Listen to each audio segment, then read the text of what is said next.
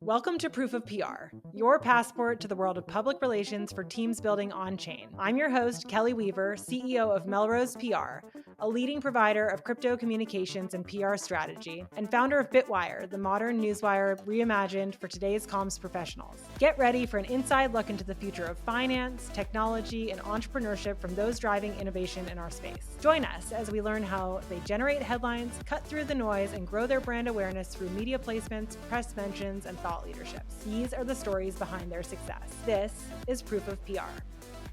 Hi, everyone. I am so excited to be joined today by the fantastic Dylan Grabowski, who is the host of the Smart Economy podcast and editor of Neo News Today. Welcome, Dylan. Thank you so much, Kelley, for inviting me. I've been working with your team for years, so it was an honor. And I've also listened to a few of these podcast episodes, so it's an honor to finally join the show. Well, we're huge fans of the Smart Economy podcast. It was a treat to see you on the other side of the world last week. So let's dive in. I want to hear about your background. I know you started your career as an urban planner before transitioning to blockchain. And before we turned on the recording, you were saying that you learned all of this audio podcasting stuff from scratch.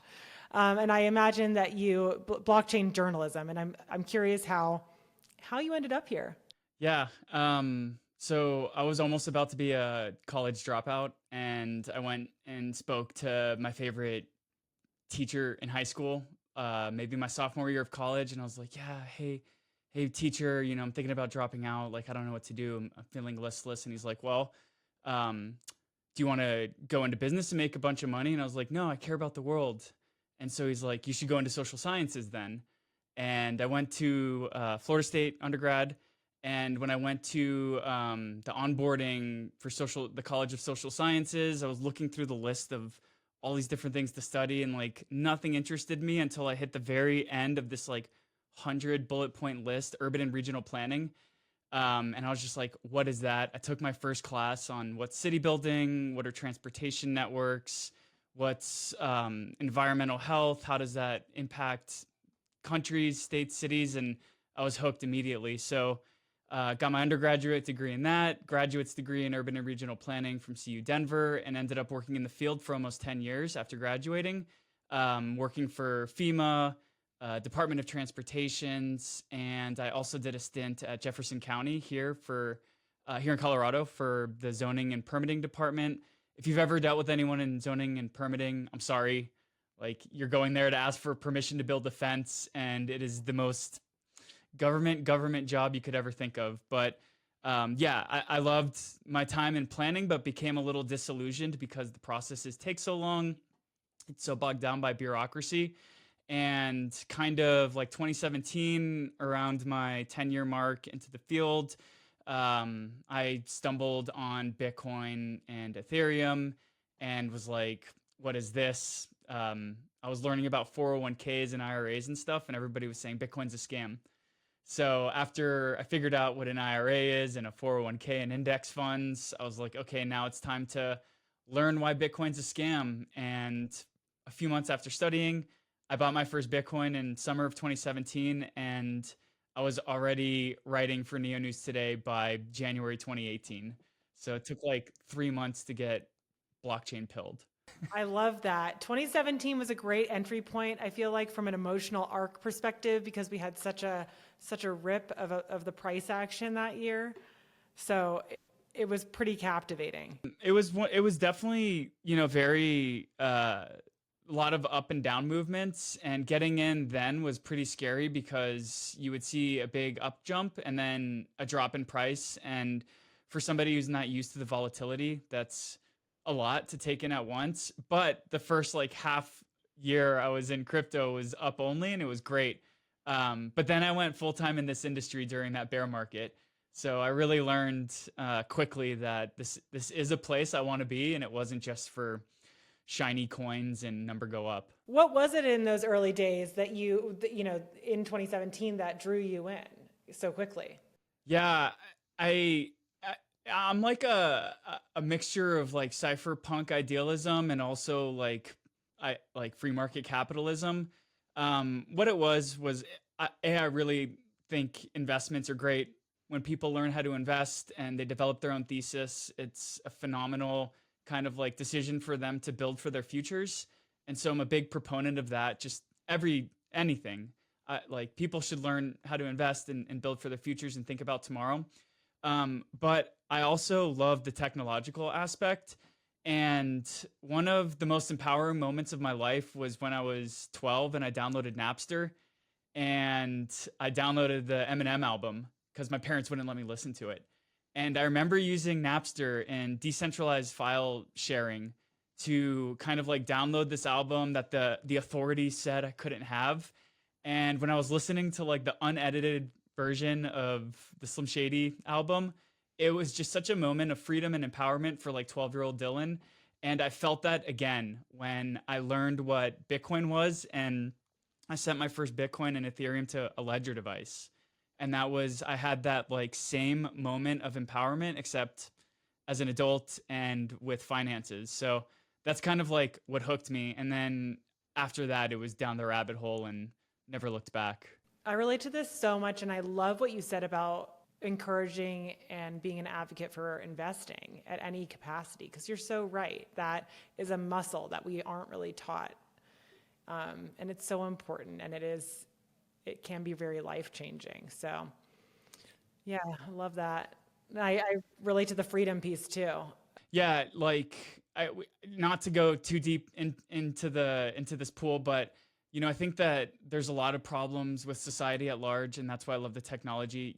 A third of the world is unbanked, 2/3 of the world is unbanked, and so now anyone with access to the internet and a cell phone can participate in like a global monetary market.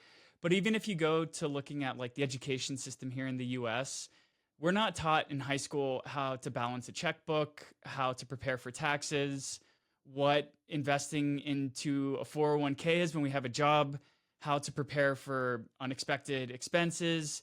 Healthcare expenses are only going to become a bigger and bigger part of our lives as a society.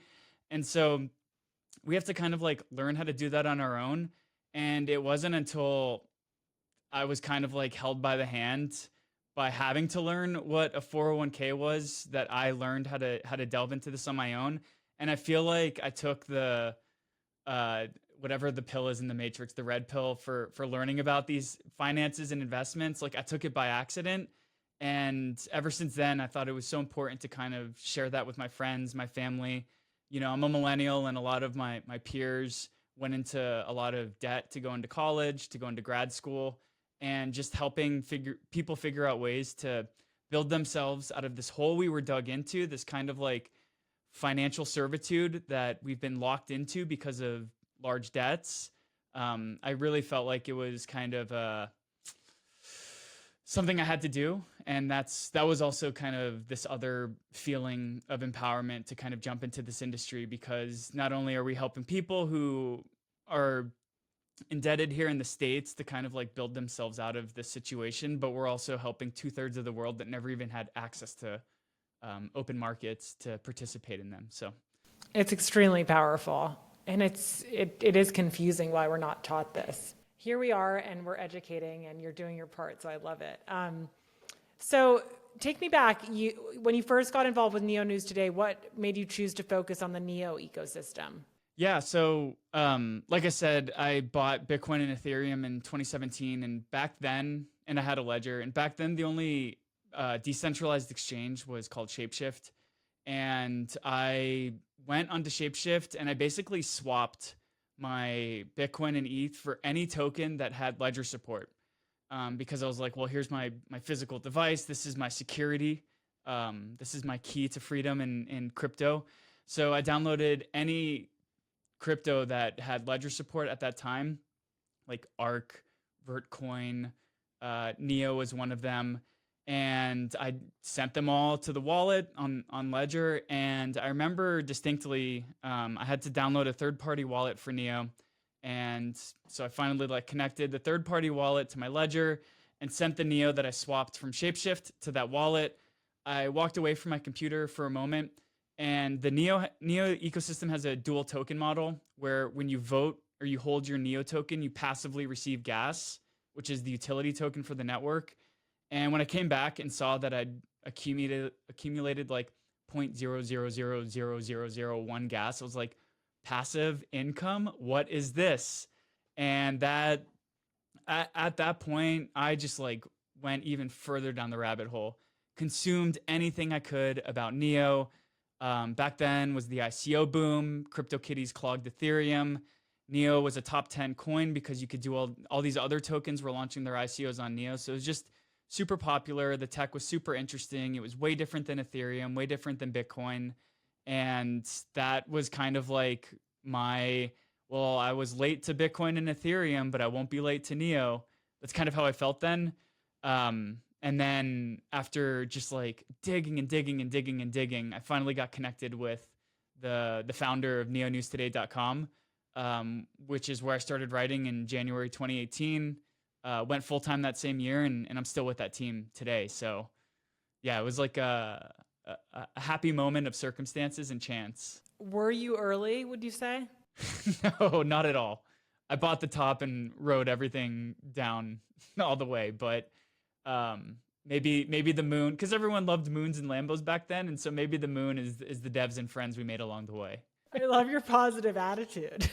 Yeah, I mean, it's really cool when you get to know builders in crypto and blockchain. These are some of the smartest people in the world, and they could literally be doing anything. Like some of these developers and builders and CEOs could be like rocket scientists or running healthcare companies or all sorts of stuff, but they chose to be building here in this weird little industry of open source, decentralized software. So yeah, I was hooked by the community after I started writing for Neo News Today. Speaking of the community, we were just both in Singapore at the Token 2049 conference, and I'm curious your take on that. I feel like one of the reasons I enjoy going to that particular event is because we work in such a global industry, and I'm so reminded of that at that conference because it draws people in from really all over the world, not just the US at all. And it's such an interesting cast of characters, but curious, what was your experience like? Has your experience been like over the past several years at conferences, and what is it about the community that you enjoy? I mentioned earlier that like I'm like half cypherpunk, half like capitalist guy. So there's this dichotomy that's always battling inside of me of like events like Token and Consensus. Like it's amazing to be at them. We get to get in contact with this global community, but also at the same time, it's like increasingly over the years, it's become more and more suits, more and more people talking about traditional financial institutions, which I'm a big fan of. But I got into the space for like the crazy Jameson Lopp type people who were like, let's break the dollar and replace it with a standard that's global, permissionless, governmentless. So I have to like kind of temper my expectations for Token 2049. So I'll start with the cons. It's definitely increasingly got more suit and tie. It's become more entrenched with businesses. And I think that particularly at Token, Consensus, events like this, you're running into more folks who want to do BD as opposed to developers. And so as a podcast host, great. Like I get to meet people who are building amazing projects, who have amazing teams, who have PR teams, who are hiring PR teams, who have marketing teams. And so when wearing my podcast hat, this is awesome. But wearing my Neo ecosystem hat, I'm like, where are all the developers at? Where are all the cypherpunks at? Where are the people who want to build crazy things?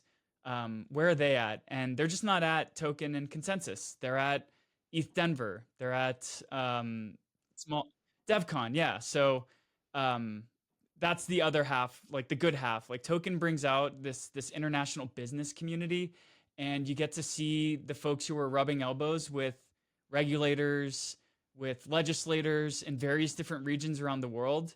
And so you're watching in real time the people who are building in different regions, and they're competing for businesses to locate there. So from that perspective, super awesome, super cool. Loved to kind of like meet the different investors, business owners, sort of different types of folks from different parts of the world. But yeah, I also love dealing with developers on the other side of the coin. So talking about the Smart Economy podcast, tell me what was the impetus for that, and What's the premise for those who haven't listened to any episodes? And yeah, how did you, I know we've worked together a lot over the years on the smart economy, and you've been so generous with interviewing so many of our amazing clients, but curious, yeah, how did that begin? I want to give a shout out to Melrose in general. Your firm was the kind of like second PR firm that took a chance on us, because I think you one of your clients was one of our first 10 guests or first 12, 15 guests, and we're now rounding episode 100. So shout out to you and the team, and I know she's not there anymore, but Mariah was kind of instrumental in onboarding me. And also there was another firm who we shall not name, but they're kind of like the Sauron in the industry. And they also took a chance on me, and that was incredible because the podcast started really in 2020, focusing on the Neo ecosystem when the world shut down during the pandemic, during COVID. I wanted to find another way to give a voice to people while we were locked in our houses. So I started a podcast dedicated to the Neo ecosystem and did probably around 50 or 60 episodes of just builders, projects, dApps, you name it, building in Neo. But having been in Colorado's blockchain community since 2018, I also got to meet several other amazing builders here, like Eric Voorhees. I've gotten to like go to LAN parties with him, and I've gotten to meet Kevin Owocki, and hang out with him and drink beer with him. And there's just so many other projects and founders and developers here in the Colorado ecosystem.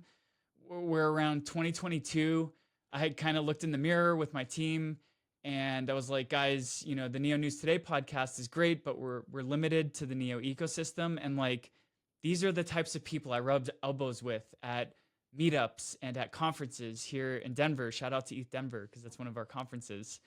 And so we pivoted in 2022 to the Smart Economy podcast, which is a protocol agnostic podcast focused on talking to anyone who's building in or adjacent to the blockchain industry.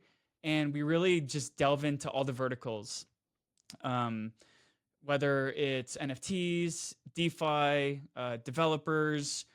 Increasingly over the years, it's been TradFi companies and RWA folks, just anyone and everyone building on blockchain, who kind of like pass my smell test, if the project and if the person's real deal.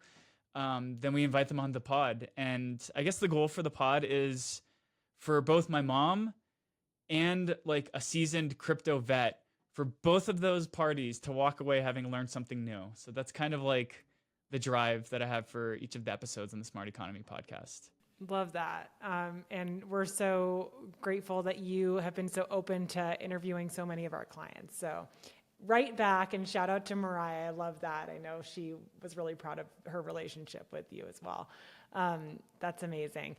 A lot of our listeners for Proof of PR are marketers and PR professionals. So how do you work with PR companies typically now? And what are some of your favorite things to be pitched? What are some of the pros and cons of working with publicity teams? Curious your take on that. I think maybe a con to start off with is once a PR team, whether they're large or not, kind of catches wind that you're a decent podcast.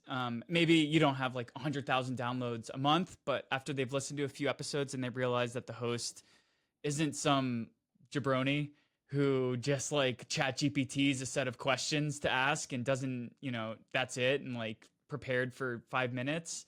Once a PR firm realizes that the host, puts time into interviewing each person that comes on the pod and like dedicates an hour of really hearing their story, their who, their how, their why, then I feel like that podcast kind of gets added to some sort of industry list. And it happened maybe a year into the Smart Economy podcast where I just started getting all these PR firms just like pitching me guests. And I don't know who you are. I've never met you. Maybe I haven't even heard of your PR firm. Maybe you're sending me like a PDF that I have to download, which is super sketchy. especially in these days where we have to worry about phishing, where the guests, the people that we represent are industry experts, and they're probably even more paranoid about these things than we are. So I think that's maybe a con, is like at points it can feel a little less personal. Some of the folks I really enjoy working with are the folks who were happy to hop on a call with me. Like Mariah, she hopped on a 30-minute intro call with me just to like shoot it and chat a bit, just so we can get to know who each other are, like that we're here for the real deal, that on her end, she cares about her clients. On my end, that I care about having good folks join the podcast. So I think for a PR or a marketing professional in this industry, maybe instead of just like starting to pitch guests right away to a new show or a new host that you're working with, maybe just say like, hey, I really enjoyed XYZ episode for ABC reasons. It would be awesome if we could hop on a call for even 15 minutes, 30 minutes, just so I can know a little bit more about you and what we're working on, because that kind of personal element goes a long way. And I'll even give a perfect example. You guys recently brought Casey on board. I've jumped with Casey with different firms he's been working with, and I'm like a Casey maximalist now. Whenever Casey pitches a guest, I'm just going to say yes right off the bat, because he hopped on a call with me. I got to meet him at Rare Evo. I think it was Rare Evo. No, Permissionless 3. Like, we've met in person, and Casey and I just now understand each other. So when he's suggesting someone to me, he knows what I'm looking for, what kind of tone I want to convey, how that guest will work well on my show. And so it's phenomenal. And like, I feel like you can build these one-on-one relationships with shows, with hosts, that will transcend kind of like the badge of who you're working with. And that goes so far, building those kind of like one-on-one relationships. And like also Kelley, whenever I see Kelley in person now, I'm just like, oh my God, what's up? We get to catch up, and we're friends now. And so whenever Kelley suggests someone, I'm more than happy to help. We work together at Consensus in Austin, and Melrose actually and I collaborated a lot of on-the-ground interviews. And Kelley just kind of like, and we got to meet there as well. I was just like, Kelley, like, let's hop on a Telegram group. And we just like grinded to get 5 interviews set up in real time, just dealing with like people's busy schedules. I'm going to be at this booth recording. Can you meet me here in 5 minutes? And really just knowing that we could get into the trenches together immediately. That was another really cool kind of moment. And that really came from that interpersonal connection that's really hard to build, because, you know, we sit in front of our computer screens and we work so remotely. But it all started from a 15, 20-minute call with Mariah. And then that kind of like snowballed into building these relationships with other folks at Melrose. So yeah, maybe it's a little uncomfortable asking for a cold call, but I think it really goes a long way. And like, here we are 2.5, 3 years later. And I still love collaborating with the Melrose team, and really just generally say yes to anyone you guys pitch to me. I love that. It's so awesome. It really is such a relationship business, and you have to take the time to develop authentic relationships in general. I mean, there definitely are lists in this industry that you'll find yourself on. We produced the Crypto Token Talk podcast from end of 2017 through 2020 was our final season. And then we pivoted and made it the Proof-of-PR podcast, because it's more aligned with what we're doing today. There's so many crypto podcasts, but we still get pitched to this day for Crypto Token Talk, which has not produced an episode since 2020. Yeah, I mean, I guess like another reason to drive this like another reason for intrinsic drive for folks who are listening to this to kind of like build these relationships. Maybe sometimes you jump from PR to working for the marketing on a project side.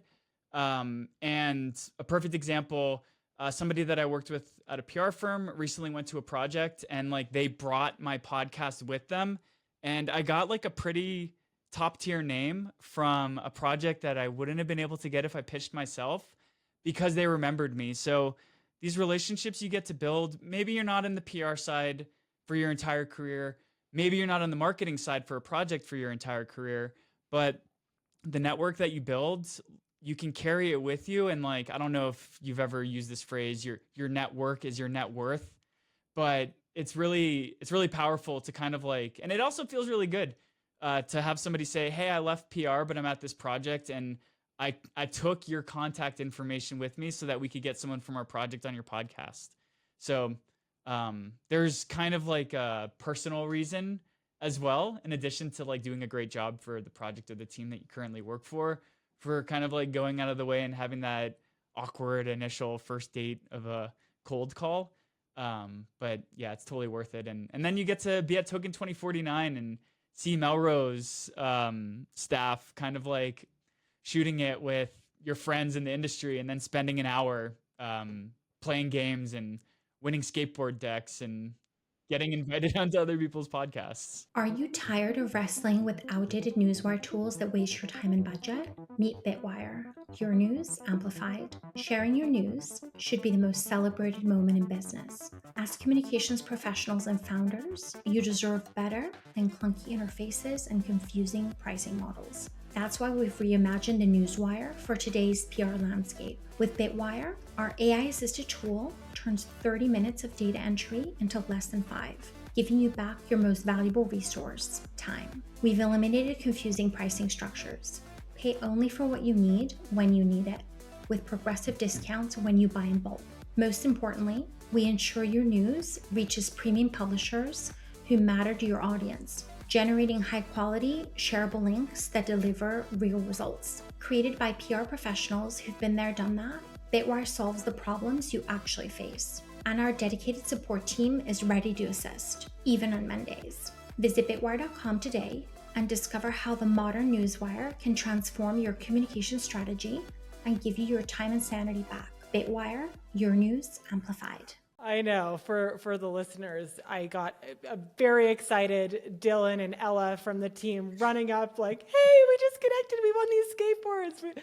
Let's have Dylan on the pod. So, relationships in the in-person, whenever possible, I do think that meeting up face-to-face is so valuable, so awesome. It humanizes the whole experience, especially in this very remote industry. But let's talk about Neo a little bit more today. I'm curious what you were representing Neo at Token. What does the Neo ecosystem look like today? We're in an industry where flashy, sexy, shiny, new is the best thing. And then it's kind of like the Toy Story meme where the old toy gets dropped and, in lieu of the new one. So Neo is an OG chain. It's been around since 2014. At this point, 11 years is like not cool anymore. And this isn't unique to Neo. I don't want to name any other chains or bash any other chains, but like go back to your favorite projects from 2017, 16 that are still here and like nobody's talking about them. So that's kind of like the negative side of the Neo coin. The positive side is I've been working with the same builders, developers, engineers since 2018. And so we've really built a solid crew who've like survived the bulls and the bears of the market cycles. And it's really rough to kind of like survive a bear cycle and watch 90% of projects that launched die. But that being said, the people who do stick around are true blue builders. And so at the Token event, we had a really cool activation where you walked up to our booth. We onboarded you and gave you a physical card like this that you could tap scan with your phone, and then a website would pop up and you would have a character that you can battle other people who have these cards. And so that's how I met Ella, because she onboarded, and at the event people were able to battle, and the more points you earned, the more likely it was that you could redeem it for a piece of swag. And in this case it was a skateboard. Ella's boyfriend is in the skateboard industry, so like she had this intrinsic reason for wanting to battle and win. And so that's why your team was at these booths, CoinX and Neo booths, going back and forth and battling. was because somebody just got hooked on participating in the game that we were doing. So yeah, I think over the years you have to find your team, your project as a ecosystem need to find ways to keep it new, keep it fresh, keep building and moving forward. And though maybe Neo isn't the first chain that developers come to build on, I think we're in the era of Solana and Ethereum where people do that. Really providing unique opportunities for interested developers to come build in the ecosystem, such as with these non-fungible items, which is what we call them. They're physical goods with NFT representations. Real world assets. Real world asset. This is actually a real world asset. Not in the sense of a bond or private equity or anything like this, a stock. But if you come to Denver and you go to the River North neighborhood, you can find one of 30 murals where one of these cards is embedded into a bronze plaque, and tap your phone to the plaque and get onboarded into the wayfinding experience. And during events like ETH Denver, we actually partner with local businesses where if you tap in to 2 of the plaques, you can redeem for a free beer at a local brewery. And that's a real world asset. It's a plaque that lives permanently on the side of a wall that shares the information about the muralist, shares the information about the business that sponsored that muralist, and it drives local economic activity in the River North neighborhood, Rhino. And so, yeah, like this is a very unique RWA that is supported and built in the Neo ecosystem. And if anybody's a developer or anybody who's listening to this knows developers, there is an SDK that will be available soon for your developer brethren to learn how to build on top of this technology and iterate. And it's also protocol agnostic. So, but yeah, that's what we were doing at Neo. I think we're really excited for what's next, what's new. I won't sit here and say it's the most used blockchain or even the fastest or the cheapest, but for networks and ecosystems that have been able to survive for 5+ years, I think there is something there. And for a dev who is interested in something that's a little bit more than Solidity, a little bit smaller than the Ethereum ecosystem, I think exploring older networks is worth the time, an investment into exploring the code bases and things like that, because possibly they'll find somewhere they want to land. And of course, if anyone's listening to this and Neo is that thing, feel free to reach out to me, and I'd love to connect you with devs or resources for that. But what are some of the reasons that that developers choose Neo? The tech stack is superior to Ethereum's. Neo is one of the first blockchains that offered 100% finality with each block. You see that now with like Binance Smart Chain, all the Cosmos chains, but Neo was the first. And for that reason, Neo kind of has a unique tech stack. The virtual machine can compile JavaScript, Python, C#, Golang, which is important for non-developers. That's important because you don't have to go and learn a new programming language like Solidity to start building a smart contract. And also there's more native support for things like distributed storage and for oracles. So there's more of an all-in-one toolbox for the Neo ecosystem that if a developer is seeking a little bit more than what Solidity and kind of using the various different composable building blocks of the Ethereum ecosystem, if they want something a little more in-house, a little more native in its communication with the chain, oracles and distributed storage, then Neo might be something that they're interested in. And also before Token, we had a community meeting to kind of roadmap what are the things that are most important to be attractive to the chain. So one of the things that the core developers will be working on is actually lowering the fees so it's more competitive with Polygon and Cosmos and the EVM L2s that are out there.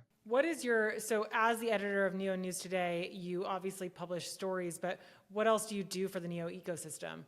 Sounds like you do community management, all sorts of stuff. Yeah, I mean, I've been writing for Neo News Today since 2018. I've covered every developer project, you name it, that's built on Neo. Unfortunately, also the projects that have failed. So I've covered the life and death of 90% of the projects. Do you cover the deaths? Yeah, honestly, yeah.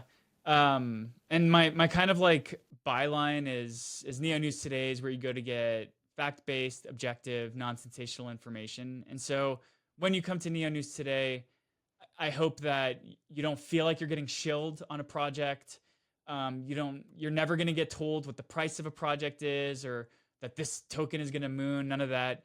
You're just getting enough information for you to make your own kind of decisions. And so that's kind of from a writer's perspective, what I focus on Neo News Today.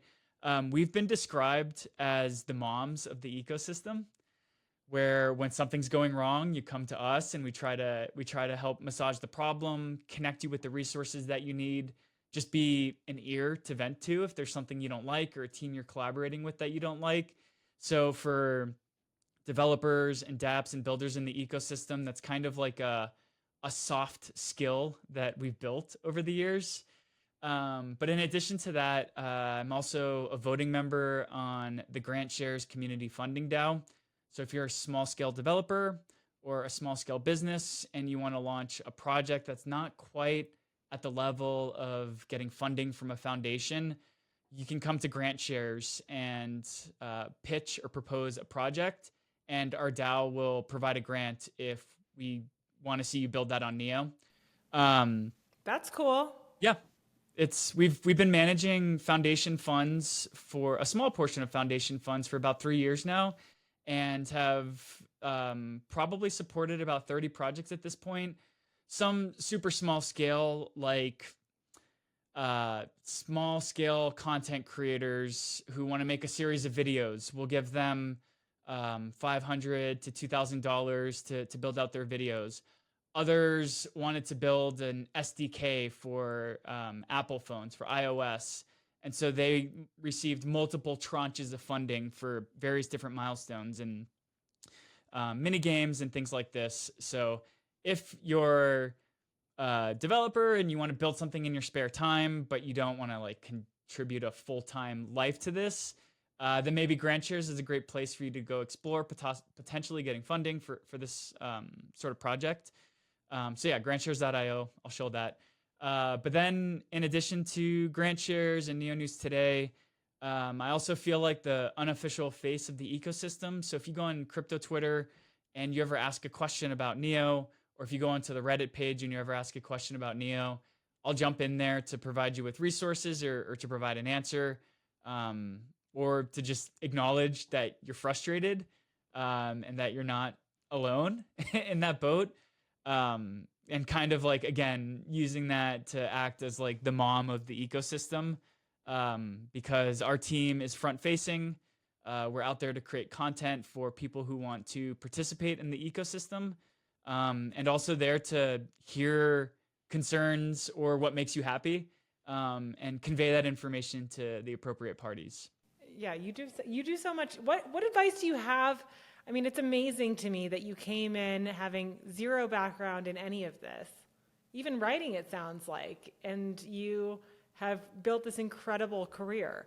What advice do you have for people who are curious about crypto and want to maybe make it their full-time gig, but don't know where to get started? Yeah, I mean, you never know where opportunity is going to come from. I was in, this guy doesn't even make YouTube videos anymore, but I was in a Telegram chat for this YouTuber back in 2017, and I just saw him make a comment like, does anybody want to write about Neo? You'll get paid in Neo. And I was like, yeah, me, duh. And that's how I got connected with the team I've been working with since January 2018 now. So I guess my first piece of advice is like, once you decide to make the leap from whatever industry you're in, and you're ready, like just say yes to any opportunity. Even if it's unpaid, like you never know where anything is going to lead. And so that's kind of my first piece of advice. Good advice in life. Totally. Also, whatever skills you've built in the industry and the role that you're in now are completely transferable somehow in Web3. I went to, one of my goals in grad school was to become a better writer in general. So like I actually went to like the writing coaches on campus when I would have big papers due, and went through the process of getting edited and things like that. And that's a skill I learned in a previous life that I transferred to this industry because I wanted to write objective, fact-based, non-sensational information. And this was during a time when saying X coin partnered with the project of Y government would pump it like 20%. And it was complete nonsense. And to me, it was such a tasteless feeling. Like, people are just making up news and to pump the price of a coin. Like, I don't believe in that. I want to create fact-based, subjective, non-sensational information for token holders. So that was kind of like my genesis for why I should go into the industry. But another piece of advice is go to your local blockchain events, participate in town halls. If you hear anybody on a podcast that you like shoot your shot, reach out, send an email, send a Discord message, send a Telegram message, just try. You never know who's receptive to chatting with folks, and you never know who's going to kind of like give you the coffee interview where they'll just hop on a phone call with you for 15 or 20 or 30 minutes. So if something calls for you and you think you can do it, then go for it and reach out to folks who are working in that space, because this is a nascent industry. You know, Bitcoin's celebrating the white paper is celebrating its 17th birthday on October 31st. This industry hasn't even been around for 17 years, and there's no entrenched experts. You can make a name for yourself if you bring values and hard work and drive to a project. And because we're still so new here, there's no entrenched experts, and there's less kind of old school, like good old boy clubs you're fighting against, because those just don't exist here yet. So the opportunity is there, even if you feel like you might have to fake it till you make it. There's so much opportunity. You mentioned your cypherpunk background and Jameson Lopp, and I have to just mention a quick story, because in 2016 and 17, my husband went to business school in North Carolina, and so I started going to Bitcoin meetups in Durham, North Carolina, hosted by Jameson, and it was deep tech, but like some really cool relationships were made, and and I reflect back on those days, and we have come a long way, but I totally agree with you that there's so much opportunity here. It's still so early, and we need everybody to be encouraged to join, because we need kind of people from all different backgrounds to come and contribute here. There's so much opportunity, and we need more friendly people like yourself to kind of usher in this next wave of marketers, developers, PR professionals, you name it. The industry needs them all, because I feel like we're about to explode.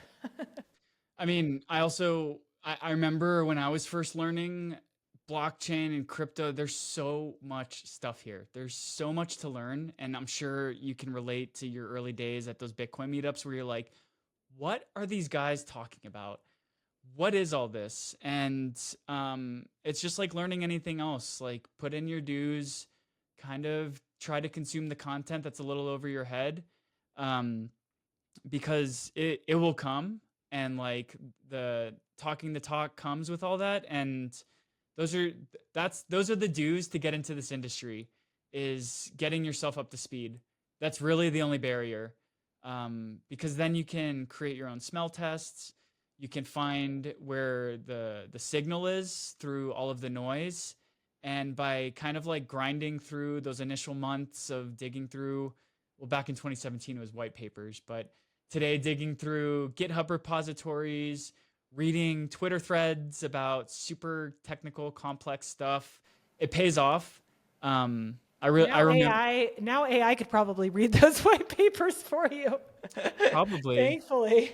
I just remember I had this one Vitalik video that I would go back to every 6 months for my first few years in the industry. And every 6 months it'd be like, oh, I understand a little bit more about what he's talking about. And so I had this kind of like metric, this objective metric, to help me gauge this kind of like unmeasurable thing of building a knowledge base, building experience. So maybe like that, like when people are first starting their fitness journey, they like taking pictures, monthly pictures for progress. that is like a source of inspiration to keep going after 3 months, 6 months, a year, maybe find something like that as well. A piece of content or conversations you can have with people to kind of like gauge how much you're growing, because it can also feel sometimes like there's just waves and waves and waves and waves of new information in this industry.